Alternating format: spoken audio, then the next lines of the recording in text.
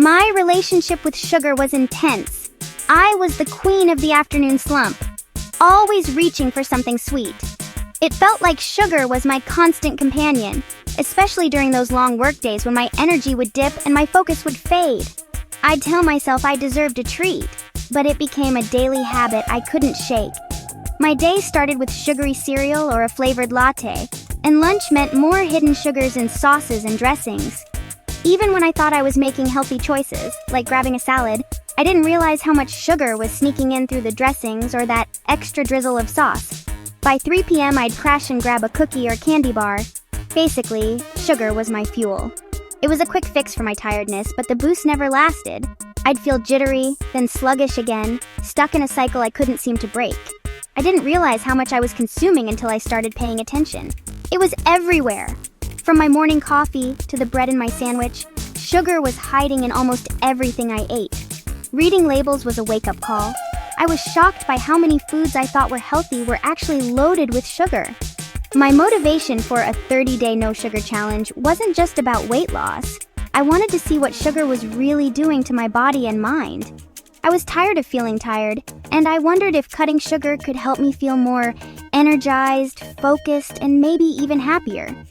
The American Heart Association says most of us eat 2 to 3 times the recommended sugar. No wonder I felt sluggish and my skin was suffering.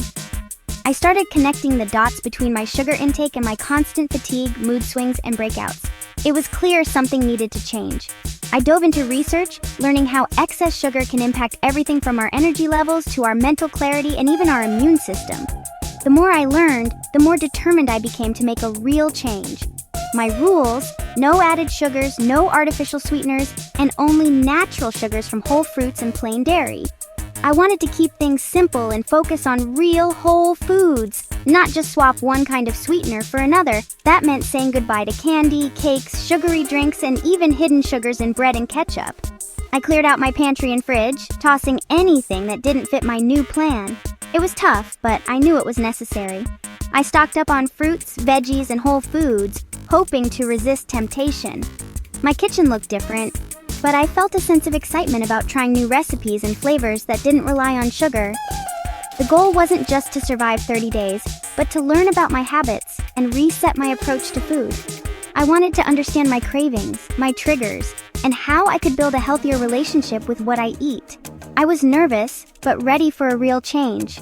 I knew it wouldn't be easy, but I was determined to see what life could feel like without sugar running the show. This was a big step for my well-being, and I was finally ready to put myself first and see what I was truly capable of.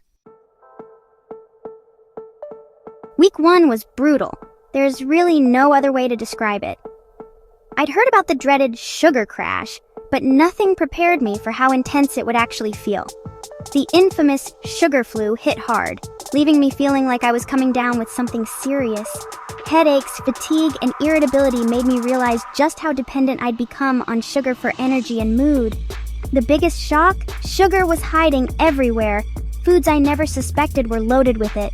Yogurt, bread, ketchup, even soups. Staples I thought were healthy or harmless. Grocery shopping turned into a label-reading marathon. I found myself squinting at tiny print, hunting for hidden sugars with names I couldn't even pronounce. Meal prep was a challenge as I relearned what I could actually eat. Suddenly, my usual go-to snacks were off limits, and I had to get creative in the kitchen. Social events were tough. Sitting out on birthday cake felt awkward, and I felt like the odd one out at gatherings. Cravings peaked in the evenings, and I had to fight the urge to give in. The temptation was everywhere, from TV ads to the snacks in my own pantry. Fruit became my go-to, but let's be honest, an apple isn't a chocolate bar.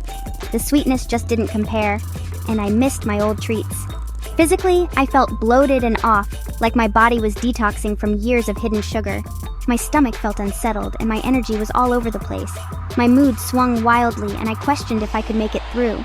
There were moments I felt frustrated, even a little hopeless, but the struggle showed just how much I needed this reset. It was eye-opening to see how much sugar had controlled my habits. I kept telling myself it would get better, that this discomfort was temporary and part of the process. The difficulty proved how hooked I'd been. Every craving was a reminder of how much my body wanted sugar.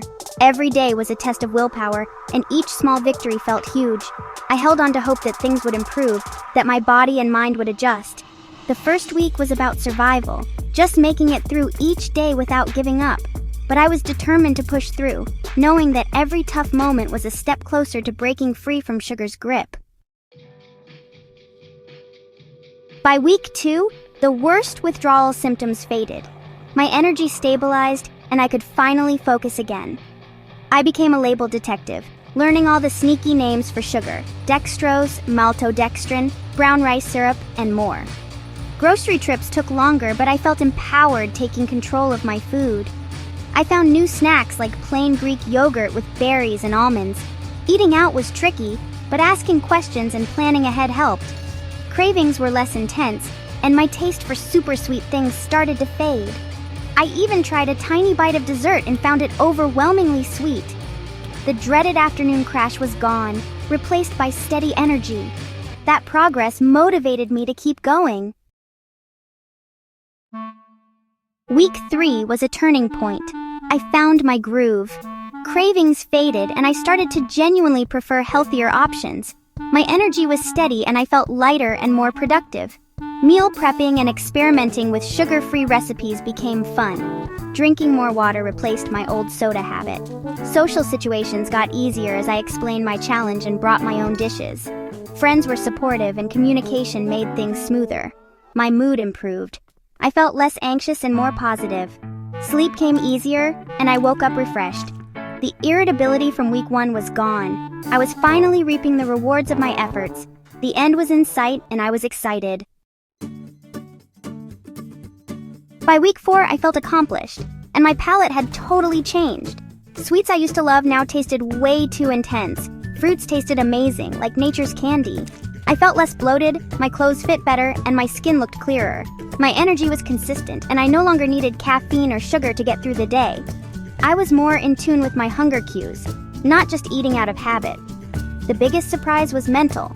My focus and clarity improved. Tasks felt easier, and my memory sharpened. Recent research even links high sugar diets to worse cognitive function. My experience matched that. I wasn't a super genius overnight, but my mind felt sharper. Cutting sugar boosted both my body and my brain. Comparing before and after, the changes were dramatic. I used to feel sluggish, bloated, and totally reliant on sugar for energy. Now I have steady energy and feel lighter and cleaner. My mood is calmer and more positive. No more sugar-induced irritability. Cravings are rare, and fruit is enough to satisfy my sweet tooth. My relationship with food is healthier and more mindful. Social eating is easier. I plan ahead and make informed choices. Friends are supportive, and some want to try it themselves. The biggest change is mental. My focus and clarity have improved. That recent study about sugar and memory really resonated with me. My brain feels decluttered and sharper. It's an incredible transformation. Now that the 30 days are up, I can honestly say this journey has been eye-opening in ways I never expected. It wasn't just about cutting out sugar, it was about learning more about myself, my habits, and what truly makes me feel good. I'm not swearing off sugar forever, and I don't think that's realistic for most people. Life is meant to be enjoyed, and sometimes that means saying yes to dessert. But my relationship with it has changed. I'm much more aware of my cravings and what triggers them, and I've learned to pause and ask myself if I really want that treat, or if it's just a habit. My top tip: become a sugar detective. Learn all the sneaky names sugar hides under and read every label, even on foods you wouldn't expect. Be patient with yourself, especially during the tough first week. Your body and mind need time to adjust, and it's normal to feel frustrated or tired at first. Tell friends and family for support. It makes social situations easier, and you might even inspire someone else to join you. Don't aim for perfection. Focus on progress and learning. Celebrate the small wins, and remember that every step counts. If you slip up, just get back on track. One mistake doesn't erase all your progress. What matters is how you move forward. Rediscover the natural sweetness of fruit. It's amazing how your taste buds adjust and how satisfying a bowl of berries can become. My plan is to keep added sugars low and focus on whole foods, fresh veggies, fruits, and simple ingredients that make me feel my best. I'll enjoy the occasional treat, but now I do it with intention and appreciation. not out of habit or impulse. It'll be a conscious choice. Mindful limitation is key, not total restriction. It's about balance, not deprivation. This challenge changed my energy, my motivation, and even my sleep. I wake up feeling more refreshed and ready to take on the day. My mood and mental clarity have improved, and I feel more present in my daily life. I feel more in control of my health and choices, and that's incredibly empowering. If you're curious, try it. Your body and brain will thank you. You might just discover your own new sweet spot too.